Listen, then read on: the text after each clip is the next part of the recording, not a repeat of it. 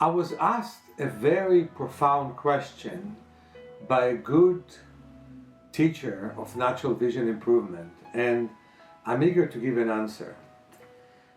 When we talk about looking at close charts or faraway charts, we should really start every person where he or she can look. You see, the medical profession is tied up. They have to be like judges. You see 20/200, 20% of normal vision, and you're no longer legally blind. In fact, in the state of California, under certain provisions, they even allow you to drive. Sometimes freeway, sometimes not freeway. You see better than 20/200, you're not anymore legally blind, even if it's only 40% of normal vision, like 2100. You see 20/20, they say your vision is perfect. And I will never forget how one person, when my son was measuring his vision in ophthalmologist's office, one resident said, "Oh, you see 2015, don't brag, it doesn't matter. 2020 is what matters." So people are very rigid, like this is called something 100% vision, something 50% vision, and that's how they measure it. I'm not bound to this.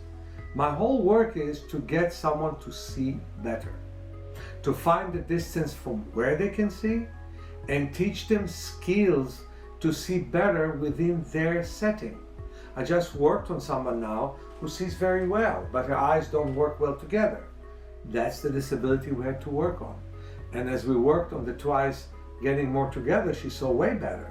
But her vision is within the normal range, and when we work, it's even better. So take a look at this page.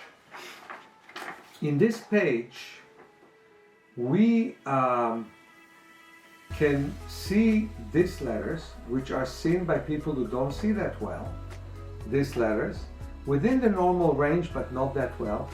And this letter, number 3 and 4, is what we see in normal print, in books. This is small letters, like they put in medicine bottles, so we will not know the side effects. This is smaller letters. They don't exist in books, but they exist in bags. All those letters I don't want you to see. And this is what people who don't want you to read what they write will write. This is the 2021 from Meir. This, number 8, doesn't even exist in normal charts. Ophthalmologists don't ask you to see number 8. But 90% of the people in school, 8 through 9, can definitely see these letters. And quite a few people who are nearsighted can see it from very near. And yet, it's not on our charts. On the other end, some people can't see any of these letters. Are we paralyzed? Are we not working with them? No. We don't judge them. We're not paralyzed. We work on better vision. So we have this chart, right? And of course, these letters are letters that everyone who has normal vision can see. Even somebody with normal weak vision can see. And yet, some people have a very hard time seeing them. If they can see, let's say, the big print like W, yeah? Then we tell them, then count how many letters are here. This is an imperfect chart because some of the letters are too crowded. So at first, often I tell to people to count the words. And once they count the words, then they can start and count the letters. So for example, what do we have here? 1, 2, 3, 1, 2, 1, 2, 3 words. So if actually we have 1, 2, 3, 4. All my clients are better than me. They count it right. So if you count 1, 2, 3, 1, 2, 3, 1, 2, 3, 4, 5, then you count the words correctly. You count the words correctly. And soon after people count the words, they start to see more letters, right? So they saw first of all the W. Then sometimes they will see another large print, like maybe the V, maybe not. but they will start to see the small letters. And if I see that somebody see the W, but then see E's, and then they can see eat, and they can see E's, they can start there. Then those who can easily see that start with this. And those who can easily see that can start with this. And we go further down and further down and further down. And many times somebody starts with this line and ends up seeing this and this. It's just a question of giving a person the right start for an engagement. And then there are those who cannot see it. And with them, we show them letters this size.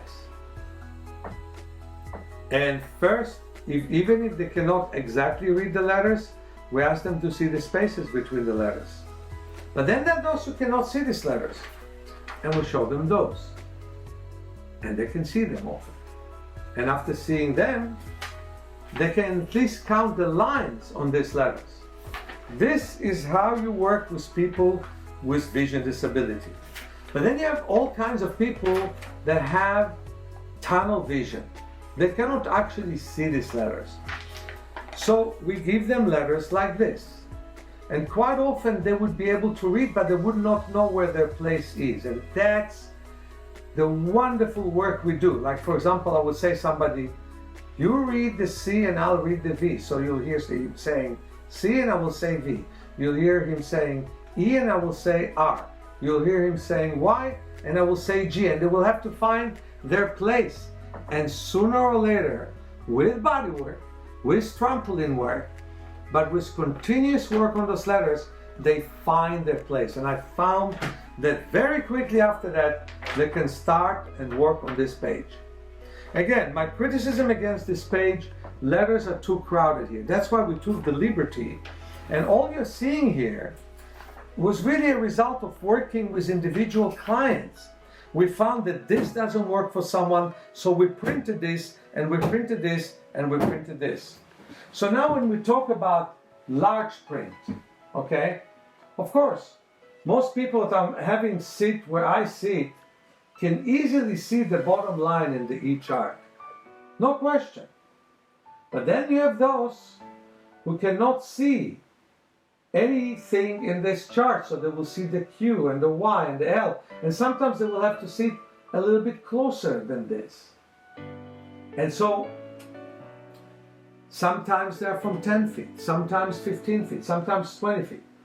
And I have much greater, softer approach to people who have poorer vision than people who have great vision. If they have great vision, then I measure them in another room. So if I want to measure someone's vision, let's say with glasses, or exactly what they see without glasses, I use this rule. And often, from 10 feet where I stood, we see if they see the 2020 line, but we also have the 2016 line. And I can also measure them outdoors. And I normally would not measure the person the same with glasses or without glasses, because you don't assume they see as well without glasses. So the improvement will be a bit different. Many times, with the same glasses, that they can see this line, the 2030, they would end up seeing 2025 after exercises with the glasses, or 2020. And we know that they had a huge improvement. I never challenge a person, never. So you can see that there are bigger letters here, bigger letters on several charts. And then again, when I have somebody who's legally blind, I would have them stand from this distance and see if they can see this big print. So again, I was asked by somebody if I have a chart for big letters. And the answer is, I create it with people that I see. I myself don't do it because I don't know anything about computers, as probably most of you know. But somebody in my office will create for them the letters that they can see.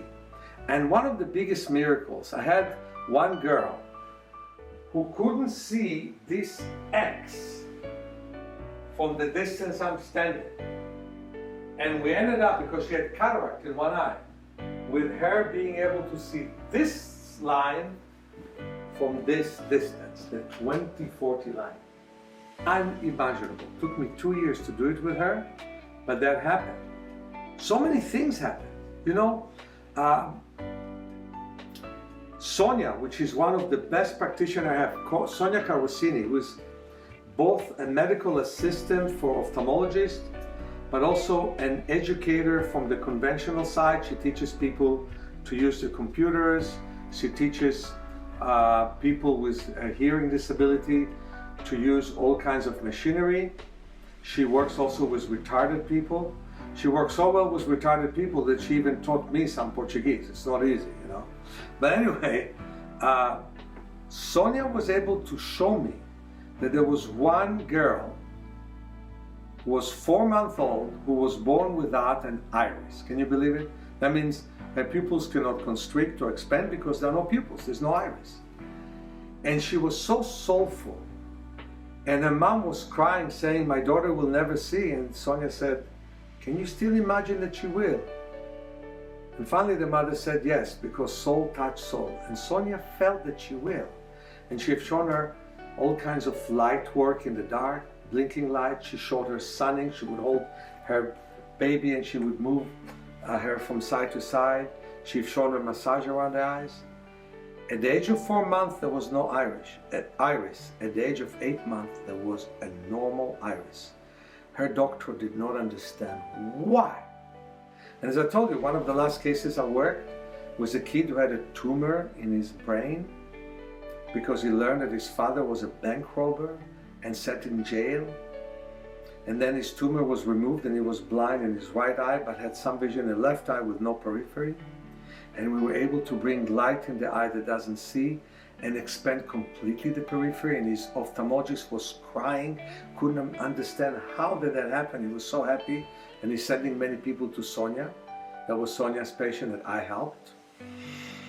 There was a kid who was born with toxoplasmosis, which is, you know, the bacteria or the virus within the placenta of the mother, and was born without a macula.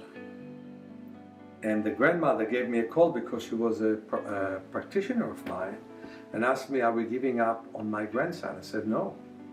And in a dark room, they stimulated a lot of light. And 20 days later, I got a phone call. The doctors are saying there is a macula in his eye. It was the right eye. But it's scarred. And 60 days later, I heard there was a mistake. There was no problem with the macula. Can you imagine that? So those things happen. You never know when they happen. You can only try. I had once a lady that came here and said she doesn't see anything. And we did light therapy. And eventually, I got her to look at this skylight. And she was able to see the dimension and where the skylight starts and ends. And we can even get her to see the big letter on the chart, the big B, from this distance, but she could see it. So much have happened. I had a guy who came to me, took a medication against herpes in his lips, and it blinded completely his right eye, and he was able to see very well from a small spot in his left eye, but very, very tunnel vision, unpractical in some way. At least it's good he had good vision. And we were able to show him that actually he can see light with his right eye. And the stories are coming more and more. Do you remember the story of Nancy in my book? Actually, her name was not exactly Nancy, but I changed the name. Who came to me and complained that she sees 2200, which means 20% with her left eye, and nothing but light with the right eye. And I had light blinking in the dark, in a dark room. And then she was able to see the light, then the lamp, then my face. And when we discover her vision is 2400, she can actually see the big E from 10 feet. And we got her to walk that way, bounce on a trampoline that way. And the eye that was legally blind, 2200, saw 2060. And she came back to me for eye teaming, and the two eyes worked so much better. And her mother said that all the doctors in Canada, because she came from Alberta, said that she cannot see. So we never know what's going to be the result of what we do. There are no statistics. There are not people who are trying these things. They're trying chemicals and surgeries. They're not trying exercises. But that's what I try, exercise and body work. And sometimes it works and sometimes it doesn't. I never promise anything to anyone. And I'm always excited when all of a sudden there is sight.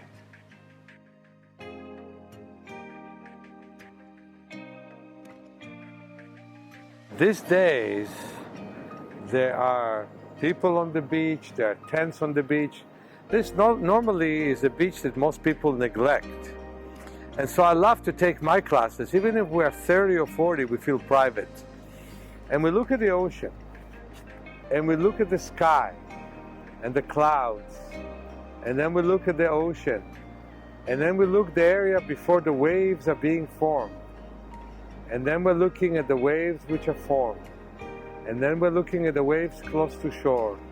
And then we're looking at the sand, which is right here. So basically, we have our eyes full of looking at a distance. And we do that before we go to the beach. I do it also with people who come to me individually. And you can see some of them in our YouTube channel, Sylvia and Aurora, with real major eye problems that came individually to work with us. So this is just wonderful. And to see a whole class of 40 people looking, that's nice too. We're doing exercises on the balcony normally, and then we go down to the beach. So I'm saying it because no matter how good or bad someone's vision is, distance viewing could be a real good start. And within distance viewing, I love to put my glasses on and look. I also have a bag with me. We often play balls in here, which is allowing the eye to look near and far. And I imagine that I throw my balls at the waves, and that is such a good, nice feeling for the eye, that the ball comes near and far, near and far. Makes all the changes that the eye needs from the inside. So often I stand 10 feet from the chart because it's easy for me to see most of those letters from 10 feet. But quite a few of my clients have to stand this close to the chart. And if they can see the letters well, often they first can count them and then they can talk about them. The problem with these two letters is that they're very close to each other. Sometimes they can't count them. But this and this, most cases they can. And they can look at these charts. And we produce different charts for different clients. It's not like we have a standard chart of large print, because we draw it and print it for each different client. But if you have a client that can see those letters from this distance, we have him or her put the glasses with obstruction on the strong eye, and then we get them to take a ball and direct the ball at one of the letters. Even if they can't read them but they can see them, they will throw the ball at that letter. And so they will throw one after the other balls at that letter. Depends on the vision. Sometimes it's this small, sometimes it has to be this big. But they have to see the ball, they have to see the hand, they have to see the letter.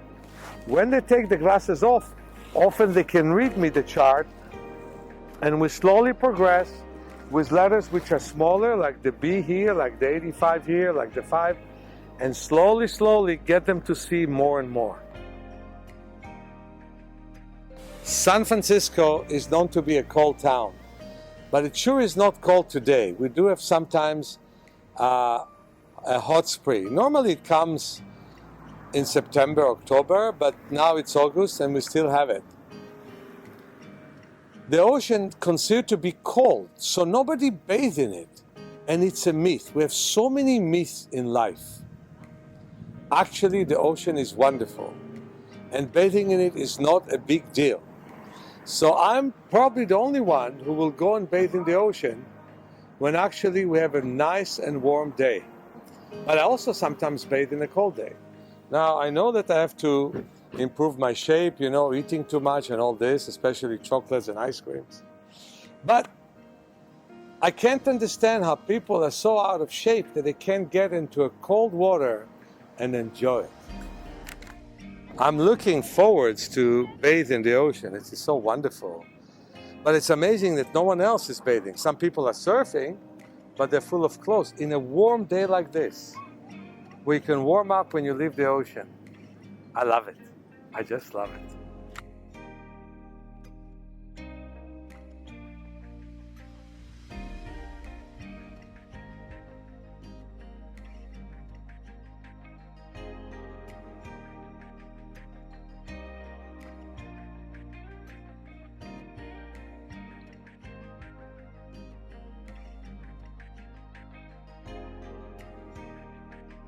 The pleasure of bathing in the ocean cannot be described. I can come in, like today, I came in with some thoughts in my head that were bothering me, and I leave with a feeling of joy. So, it is such a wonderful thing to bathe and to leave the ocean with a sense of content. That's what the cold water does to you. What no cortisone can do for you, what no pill that takes your inflammation away can do for you. This is better than all anti-inflammatory. This is it. The waves, the electricity and everything that comes with being in the huge Pacific Ocean is just wonderful.